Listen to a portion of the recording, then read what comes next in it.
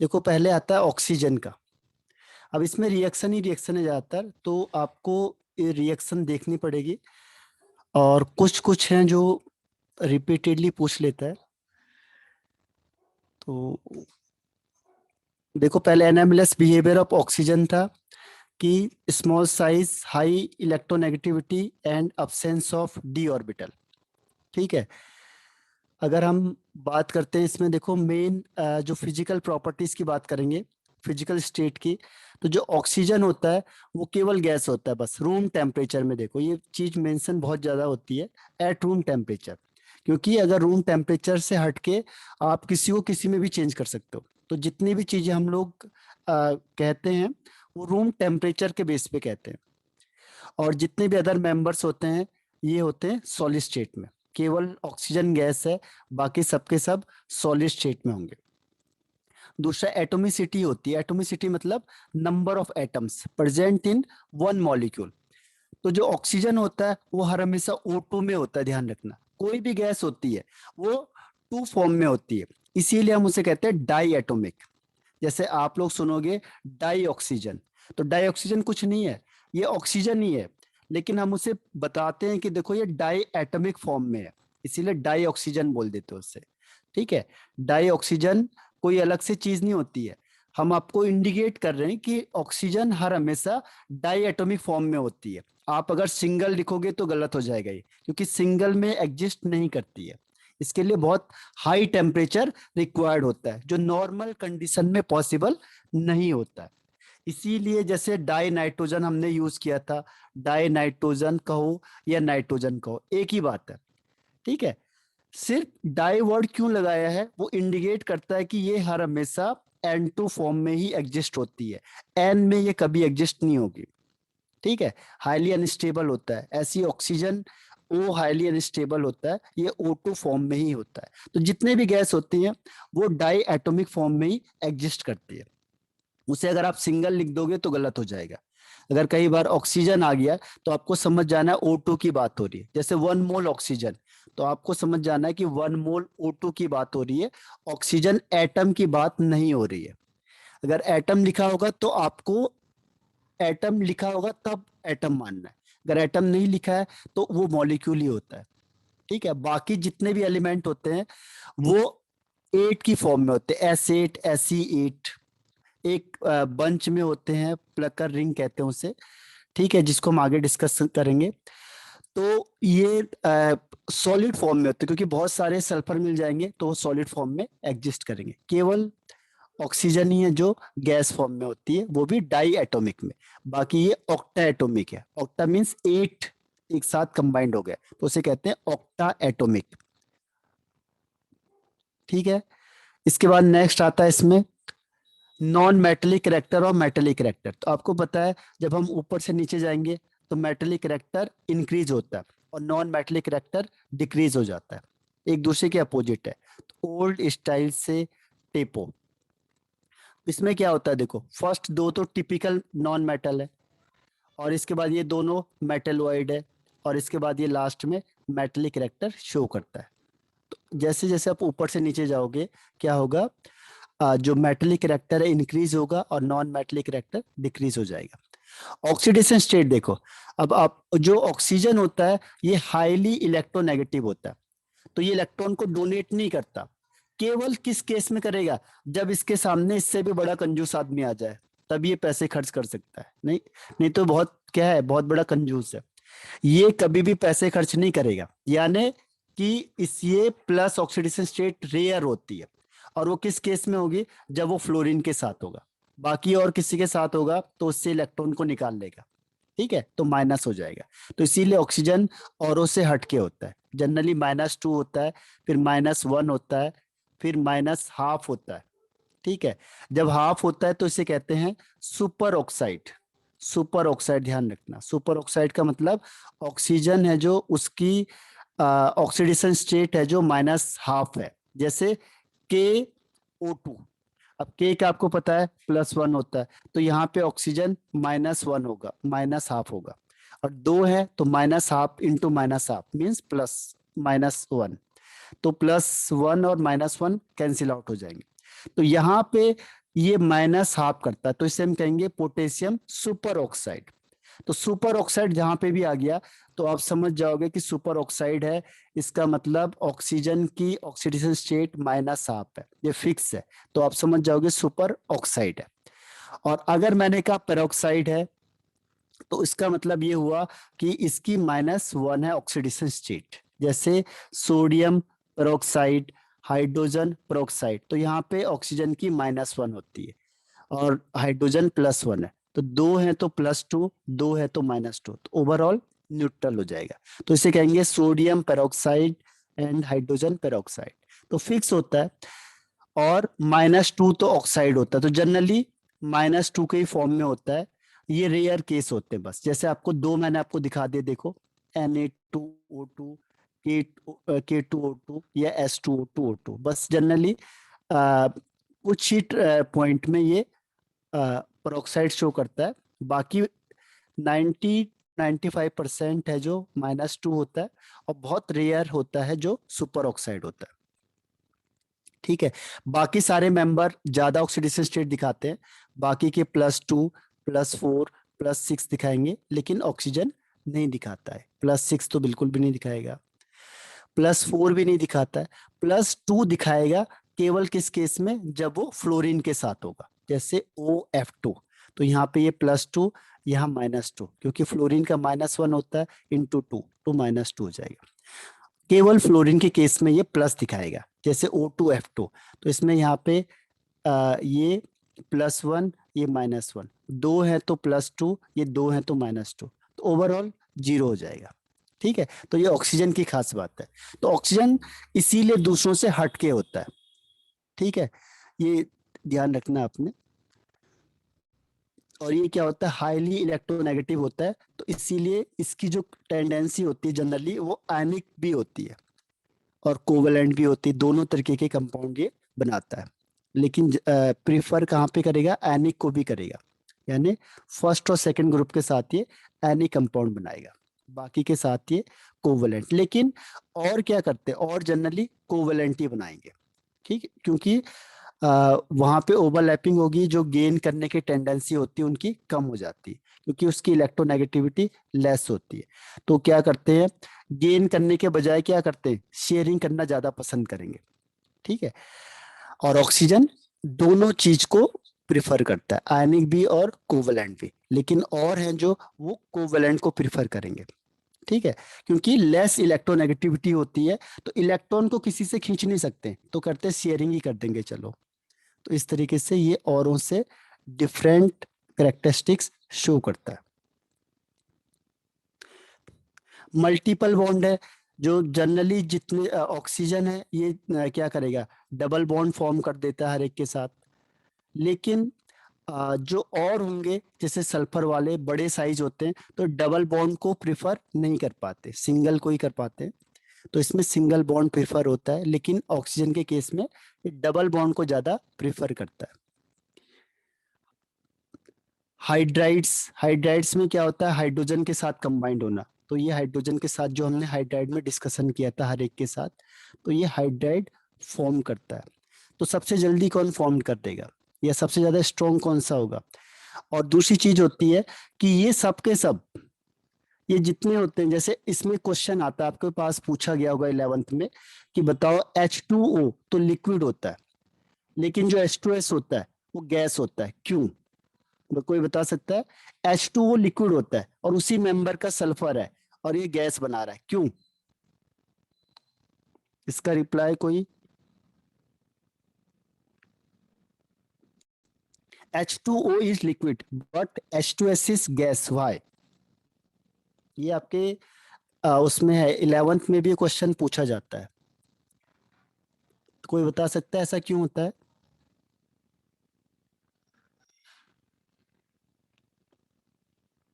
हाँ ओके श्रुति, और इसके अलावा कोई आंसर। तुमने ये आंसर दे दिया, तो इस टाइप के कोई भी क्वेश्चन आएंगे तो आप उसका आंसर आसानी से दे दोगे। मतलब इसमें यही टेक्निक होती है कि जो एक तरीके का क्वेश्चन होगा, अगर ऐसा कोई भी क्वेश्चन आया तो आंसर सेम रहेगा, क्वेश्चन बदल जाए भले ही। ठीक है, तो इसका आंसर मैं बता देता हूँ आपको, और कोई ट्राई करना चाह रहा है। इसके बाद रिपीटिशन में आपसे पूछूंगा मैं सारे क्वेश्चन, फिर ये लॉजिक और क्वेश्चन आपको आने चाहिए। देखो H2O लिक्विड क्यों होता है? कोई भी चीज लिक्विड कब होगा? जब सर उसमें, हाँ बताओ। सर क्योंकि H2O हाइड्रोजन बॉन्डिंग करता है हाँ, हाइड्रोजन बॉन्डिंग और करता है। H2S नहीं करता। हाँ, H2O हाइड्रोजन बॉन्डिंग करता है। तो मेन व्यू क्या है देखो इसका, फोर्स ऑफ अट्रैक्शन। मेन चीज क्या है? Force of attraction. हाँ, अंबिका सही आंसर है, यामिनी राइट है।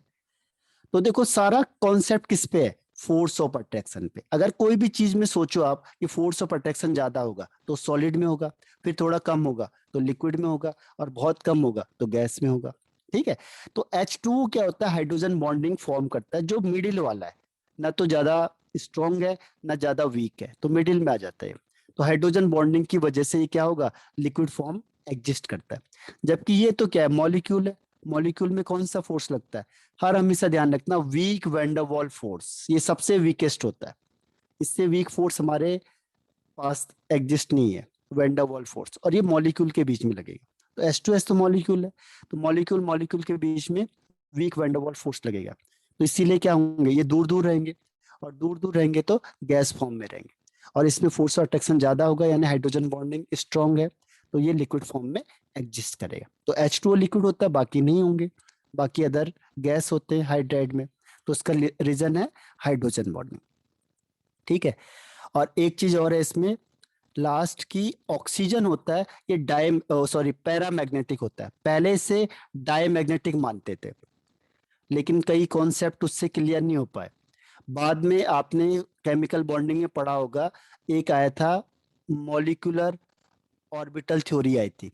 मॉलिक्यूलर ऑर्बिटल थ्योरी थी, MOT, सुना होगा आपने। उसने प्रूफ किया कि जो ऑक्सीजन होता है वो पैरामैग्नेटिक होता है, यानी इसके पास अनपेयर्ड इलेक्ट्रॉन होता है। नहीं तो सब पहले मानते थे कि डायमैग्नेटिक होता है, पेयर्ड होता है। लेकिन इस थ्योरी ने प्रूव किया कि जो ऑक्सीजन होता है वो पैरामैग्नेटिक कैरेक्टर शो करता है। ठीक है।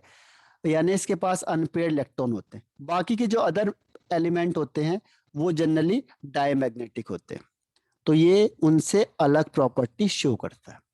ठीक है। तो ये कुछ खास बात है जो ऑक्सीजन की औरों से अलग है। अब आते हैं हम, अब यहां तक किसी को कोई क्वेश्चन पूछना है जो अभी तक मैंने पढ़ाया है? इसमें कोई डाउट? No sir. ओके। अब इसके आगे बढ़ जाते हैं हम। फर्स्ट आता है इसमें डिकम्पोजिशन। आपको मैंने बताया अगर कभी भी डिकम्पोजिशन होगा, तो अब मैं आपसे पूछ रहा हूं, देखो कि अगर कहीं पर डिकम्पोजिशन होगा तो आपको ये बताना है कि हीट रिक्वायर्ड होगी तो R लिख दो, और रिलीज होगी RE लिख दो। रिक्वायर्ड के लिए, अच्छा ये दोनों तो एक जैसे ही है, रिक्वायर्ड के लिए 1 लिख दो, रिलीज के लिए 2 लिख दो। अगर कभी भी डिकम्पोजिशन होता है इन जनरल वे, तो हीट क्या होगी? रिक्वायर्ड होगी या रिलीज होगी? रिक्वायर्ड के लिए 1 और रिलीज के लिए 2। ओके, श्रुति और हेमंत, ये जनरल वर्ड है। देखो, आप जनरल चीजें सीखते जाओगे, उसे अप्लाई करते जाना है। कुछ एक्सेप्शनल केस अलग होते हैं, लेकिन रिलीज होगी। मैक्सिमम चीज में यही फॉलो होता है। ठीक है। तो आप इसका बेसिक समझ गए तो आपको कई चीजें ऑटोमेटिकली समझ में आ जाएगी। तो अगर हम डिकम्पोज करेंगे तो उस समय हीट क्या होगी? रिक्वायर्ड होगी, ध्यान रखना। आपको किसी चीज को तोड़ना है तो तोड़ने के लिए क्या चाहिए? एनर्जी चाहिए हमें, तभी टूटेगा। हाँ, अंबिका ने सही बताया, हेमंत और श्रुति राइट आंसर है। तो कभी भी किसी चीज को ब्रेक डाउन करना है तो आपको क्या चाहिए? हीट चाहिए होगी ना, तभी तो टूटेगा वो, अदरवाइज टूट ही नहीं सकता। ठीक है। तो यहाँ पे स्ट्रॉन्ग हीटिंग चाहिए आपको। स्ट्रॉन्ग का मतलब ये स्ट्रॉन्ग बॉन्डिंग होगी इसके बीच में, तो इसको तोड़ने के लिए आपको ज्यादा हीट देनी पड़ेगी। ठीक है। और ऐसे कंपाउंड होंगे जो ऑक्सीजन रिच कंपाउंड है, जिसमें ऑक्सीजन ज्यादा है, जैसे KClO3, इसमें ऑक्सीजन ज्यादा है। अब आप इसे हीटिंग करोगे तो ये किस में टूट जाएगा? KCl और ऑक्सीजन में से बैलेंस कर लेना। तो यहाँ से आपको लार्ज अमाउंट ऑफ ऑक्सीजन मिलेगा, क्योंकि इसमें ऑक्सीजन ही ज्यादा है। तो जब आप इसे ब्रेक डाउन करोगे तो ज्यादा अमाउंट ऑफ ऑक्सीजन आपको मिलेगा इसमें। ठीक है। और ऐसे एग्जाम्पल दूसरा है KMnO4, ये आप प्रैक्टिकल में भी करोगे, ये प्रैक्टिकल है आपके पास, ध्यान रखना। ठीक है, इंटरनल असेसमेंट होगा जो आपको आपका जो टीचर है वही लेगा, उसके लिए बाहर से कोई एग्जामिनर नहीं आएगा। तो KMnO4 है यहाँ पे, आप इसको अगर हीटिंग करते हो तो क्या मिलेगा आपको, K2MnO4 और MnO2 और ऑक्सीजन। ठीक है, तो ये आपको मिलेगा हीटिंग करके। तो ये आप D&F ब्लॉक में भी पढ़ोगे KMnO4, और टाइट्रेशन में भी पढ़ोगे, यानी प्रैक्टिकल में भी आएगा आपके पास। ठीक है, तो इसे याद रखना, पोटेशियम पर मैग्नेट KMnO4, ये बहुत आएगा, टाइट्रेशन यही आता है, ये आपका लगभग 6 मार्क्स के आसपास है प्रैक्टिकल में। तो KMnO4 होता है, अगर आप हीटिंग करोगे तो बन जाएगा K2MnO4, यानी potassium magnet MnO2 and oxygen. तो यहाँ से ऑक्सीजन मिलेगी आपको, सेकेंड ऑक्सीजन। तीसरा है पोटेशियम नाइट्रेट, हीटिंग करोगे आप तो पोटेशियम नाइट्राइड बनेगा और ऑक्सीजन गैस यहाँ से निकलेगी। KNO3 से देखो, ज्यादा ऑक्सीजन थे तो ये टूटेगा हीटिंग करके, KNO2। NO2 मतलब नाइट्राइट और NO3 मतलब नाइट्रेट, इसमें थोड़ा सा फर्क होता है, ध्यान रखना, ये कई बार समझ उसमें नहीं आता नॉलेज में। ये नाइट्रेट है, ट्रेट, नाइट्रेट, और NO2 मतलब नाइट्राइट, नाइट्राइट। ठीक है, तो दिखने में एक जैसा लग रहा है, ये सिर्फ एक फर्क है A और I का बस। तो NO3 कहीं पे भी आएगा तो नाइट्रेट, और NO2 कहीं पे भी आएगा तो नाइट्राइट। ठीक है, हीटिंग करोगे तो नाइट्राइट में चेंज होगा और ऑक्सीजन यहां से निकल जाएगा। फोर्थ में पेरोक्साइड है, देखो BaO2, Ba का +2 होता है, ऑक्सीजन का -1, 2 ऑक्सीजन है तो -2 हो जाएगा। आप इसे हीटिंग करोगे तो ये बन जाएगा BaO + O2। तो ये है पहला मेथड आपका, decomposition of oxygen rich compound, पहला स्टेप। दूसरा लैब मेथड, लैब मेथड में आप क्या करते हो, जो KClO3 मैंने आपको बताया, इसमें आपने कैटलिस्ट मिलाना है MnO2 का। MnO2 नहीं मिलाओगे, देखो हम यहाँ पे भी तो कर रहे थे, ठीक है, और यहाँ पे भी कर रहे हैं, दोनों में फर्क क्या हुआ। ठीक है, दोनों रिएक्शन देखो सेम है, लेकिन वो बोल रहा डिफरेंस क्या आया इसमें। इसमें डिफरेंस क्या होता है कि आपको पता है KlO3 और यहाँ पे MnO2 मैंने यूज किया, और MnO2 यहाँ पे क्या है, कैटलिस्ट है, ध्यान रखना। और कैटलिस्ट का काम क्या है, रेट ऑफ रिएक्शन को इंक्रीज कर देना। तो ये रेट ऑफ रिएक्शन को फास्ट कर देगा। अगर ये रिएक्शन स्लो चल रही है और आप चाहते हो कि इसे और फास्ट करना है, तो उसमें हम MnO2 मिला देते हैं। ठीक है, MnO2 और 420 केल्विन टेम्परेचर पे, तो ये रिएक्शन की जो स्पीड है पहले से फास्ट हो जाएगी, ताकि आपको जल्दी मिल जाए वो। ठीक, और इसका रेशियो होना चाहिए 4:1, 4 होना चाहिए KClO3, ठीक है, और 1 होना चाहिए यहाँ पे MnO2, इसका रेशियो।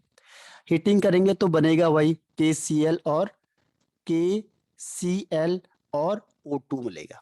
ठीक है, तो यहाँ से ये ऑक्सीजन मिलेगा, इसे कहेंगे इसका लैब मेथड। ठीक है, क्लियर है, ये तो देखना ही पड़ेगा आपको, लर्निंग का ही पोर्शन ज्यादा है। Yes sir. ओके, अब देखो नेक्स्ट है इसमें,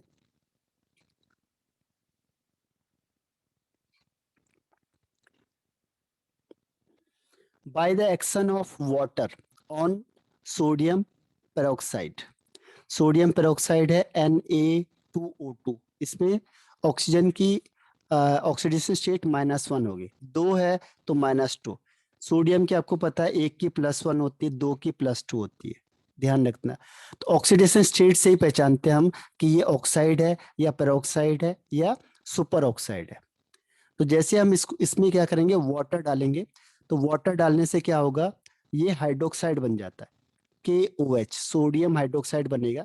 और मेन चीज जो हमें है वो है ऑक्सीजन से, तो ऑक्सीजन गैस हमें यहाँ से मिल जाती है। ठीक है, तो ऑक्सीजन की जो लैब मेथड है वो ये वाला भी है, कौन सा, सोडियम पेरोक्साइड से। तो सोडियम पेरोक्साइड में वाटर डालेंगे तो ऑक्सीजन गैस मिलती है, ये इसकी लैब मेथड है।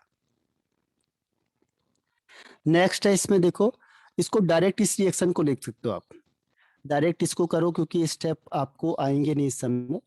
जो ऑक्सीडाइजिंग एजेंट होता है उसका मेन काम क्या होता है, ऑक्सीजन डोनेट करना, ये नेसेंट ऑक्सीजन होता है और ये सबसे ज्यादा रिएक्टिव होता है। ठीक है, इसी की वजह से कई सारे चेंजेस होते हैं वो इस नेसेंट ऑक्सीजन की वजह से होते हैं, नहीं तो कंपाउंड कुछ नहीं करता। ठीक है, कंपाउंड कुछ नहीं करेगा। जैसे मैंने कहा हाइड्रोजन पेरोक्साइड बहुत ज्यादा रिएक्टिव होता है, ये कलर को कलरलेस कर देता है।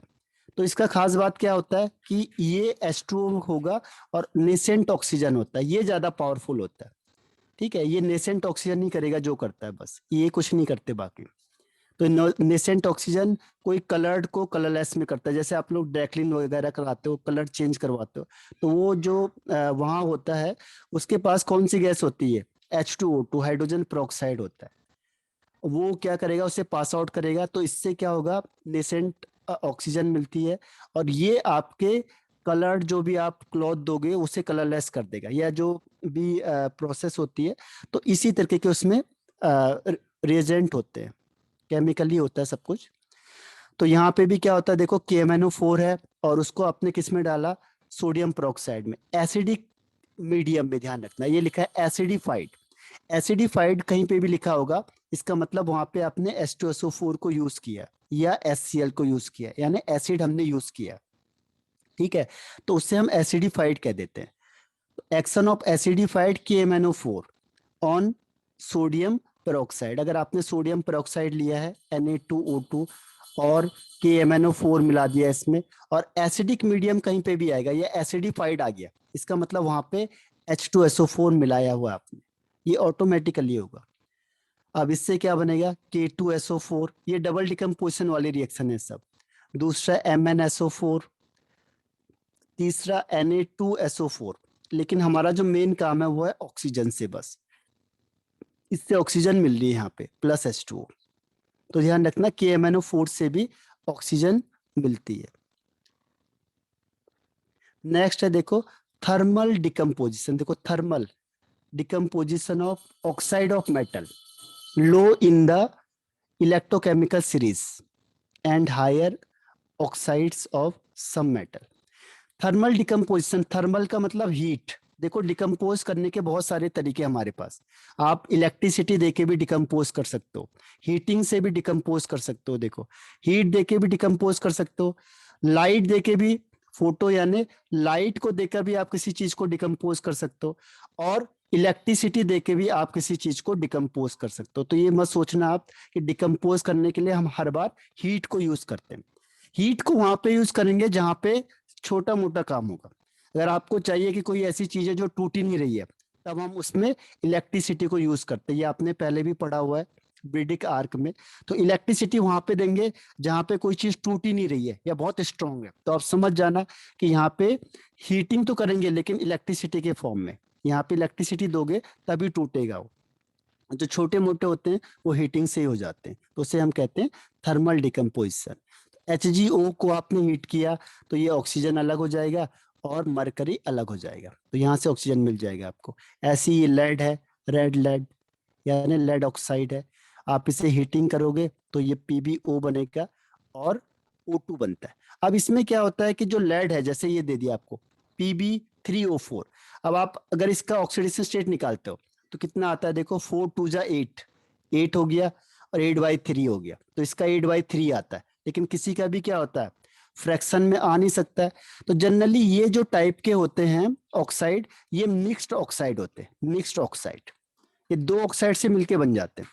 ठीक है, तो जैसे एक में हो गया PbO2 हो गया, ठीक है, और दूसरा क्या हो जाएगा इससे मिलके, क्या होगा देखो, एक है आपका PbO, ठीक है, तो एक दो और एक दूसरा भी PbO हो जाएगा। तो ये PbO और PbO2 का मिक्सचर है। Pb का मतलब होता है, PbO2 मतलब यहाँ पे इसका ऑक्सीडेशन स्टेट है +4, और PbO में Pb का ऑक्सीडेशन स्टेट है +2, तो +4 और +2 होता है। लेकिन ये मिक्स्ड हो जाती है, ये दोनों मिलके क्या बना देते हैं, Pb3O4।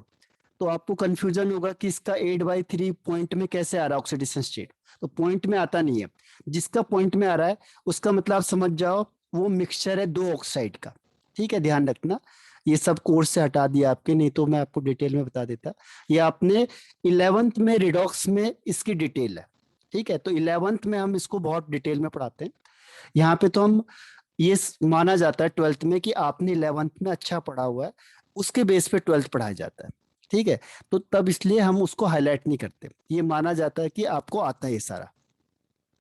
तो फिर भी मैं आपको रिक्वेल करता रहूंगा जो जो चीज हमें रिवीजन करनी है।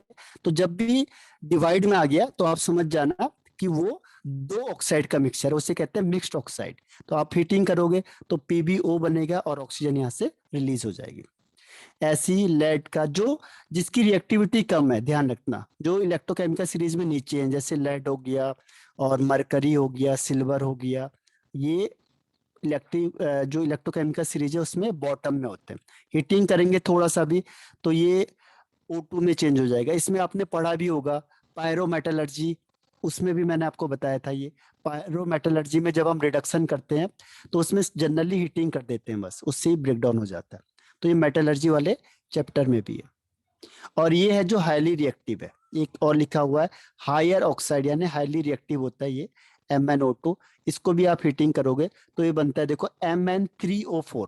अब ये भी मिक्स्ड ऑक्साइड है, Mn3O4 मिक्स्ड है, ध्यान रखना।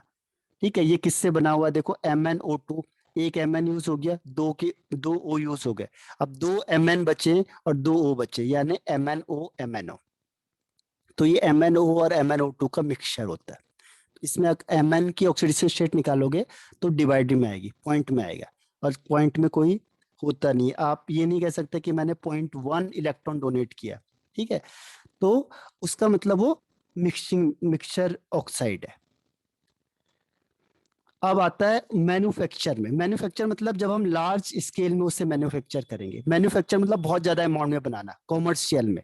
और लैब मेथड का मतलब थोड़ा सा बनाना। आप लैब में बनाओगे किसी चीज को तो टेस्टिंग करने के लिए बनाते हैं कि देखो लैब में बना रहे हैं हम। आप कोई भी चीज करेंगे लैब में, यानी स्मॉल अमाउंट में हम बना रहे हैं उससे।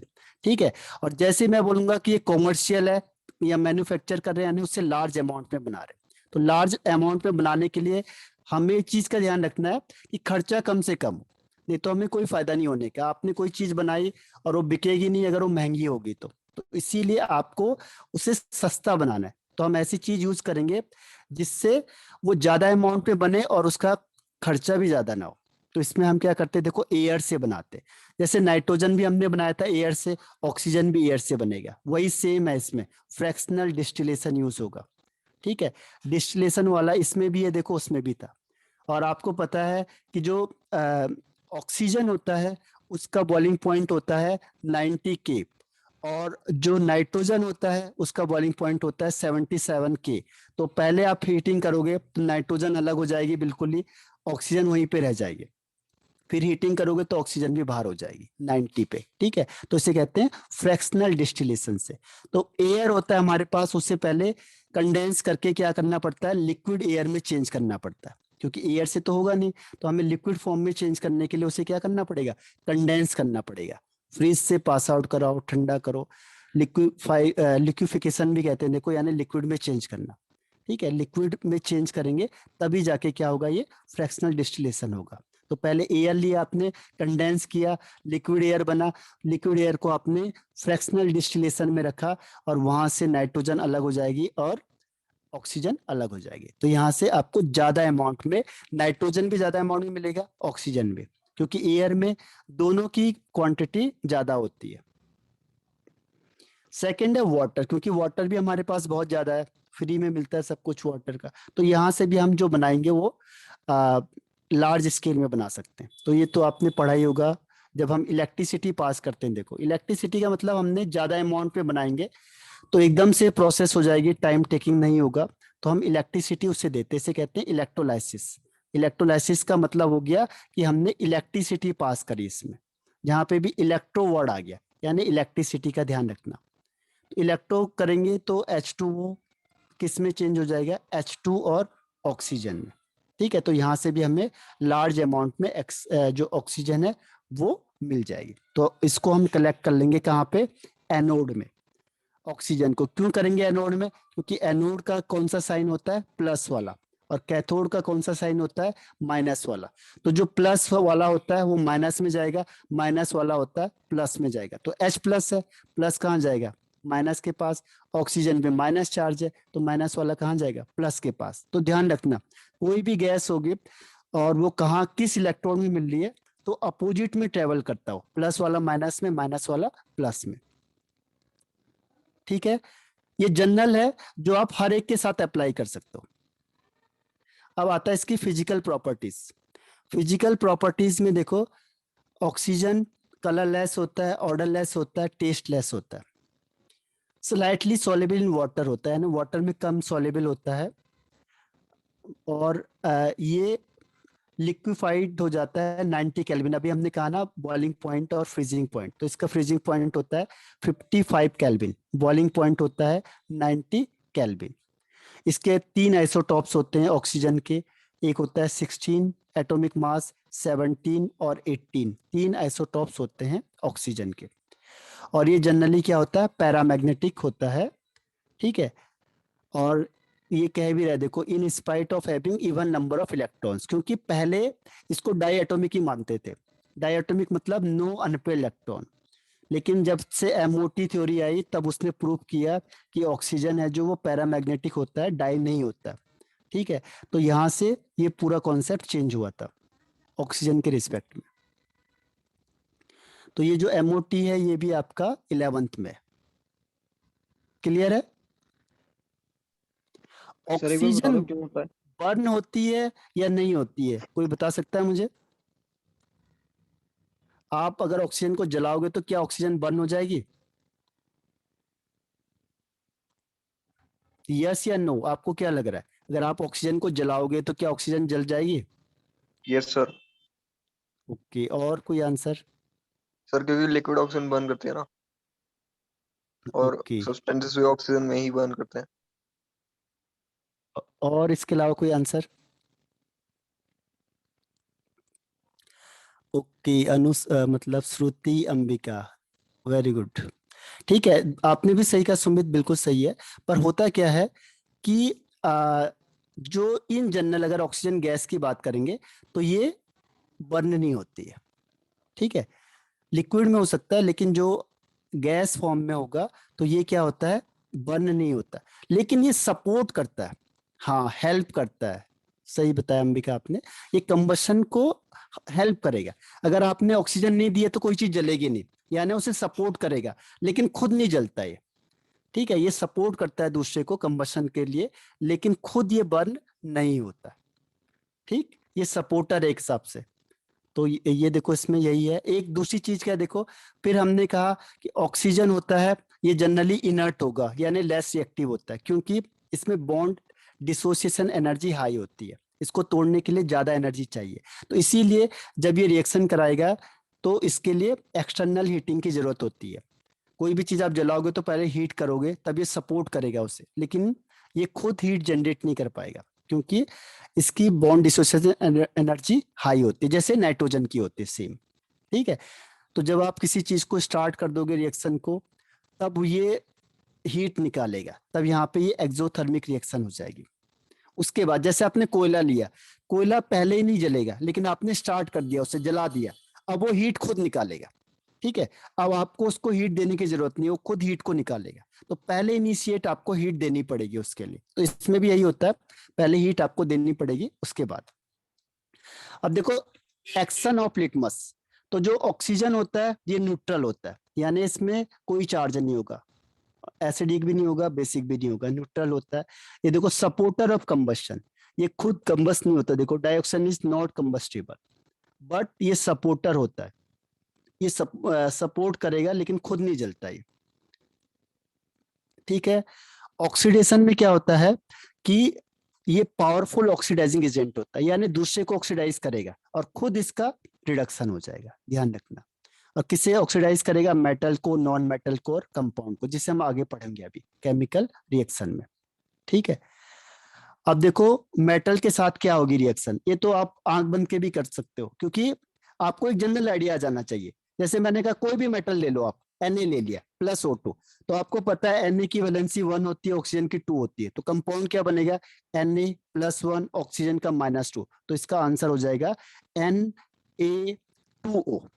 कोई भी मेटल ले लो, आपको वैलेंसी आनी चाहिए बस, बाकी आप किसी का भी कंपाउंड बना सकते हो। जैसे मैंने लिखा Al, सपोज Al की वैलेंसी कितनी होती है? 3 होती है, ऑक्सीजन की वैलेंसी 2 होती है। अब इसका कंपाउंड बना दो, जैसे Al ऑक्सीजन के साथ कंबाइंड होगा, इसकी वैलेंसी +3 -2, तो दोनों को मिक्स कर दो, Al2O3। कोई भी मेटल ले लो, ठीक है। तो मेटल के रिस्पेक्ट में तो बहुत आसान है इसको बनाना, ठीक। Mg ले लिया, Mg की वैलेंसी +2 होती है, ऑक्सीजन की वैलेंसी -2 होती है, कैंसिल आउट हो जाएंगे, तो ये बन जाएगा MgO। तो यानी Mg + O2, Mg को ऑक्सीजन के साथ रिएक्शन करेंगे तो MgO बनेगा, ठीक है। ये कंपाउंड बनाने से पहले वैलेंसी सेटिस्फाई जरूर कर लेना, ठीक है।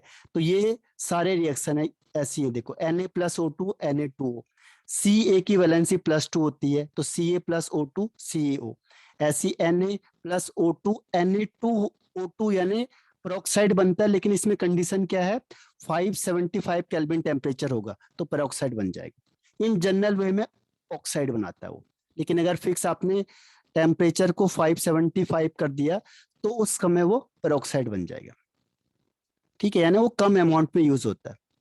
और ऐसे Mg के साथ MgO, Al के साथ Al2O3, Fe के साथ Fe2O3, क्योंकि Fe की वैलेंसी +3, ऑक्सीजन की -2, तो क्रॉस मल्टीप्लाई कर देना आप, ठीक है। तो इस तरीके से आप ऑक्सीजन का मेटल के साथ, सबसे आसान ट्रिक है ये, वैलेंसी आनी चाहिए बस आपको, और उसके रिस्पेक्ट में ऑक्साइड बना देना। तो ये टाइम खत्म हो रहा है, आपको रिज्वाइन करना है सेम आईडी पे।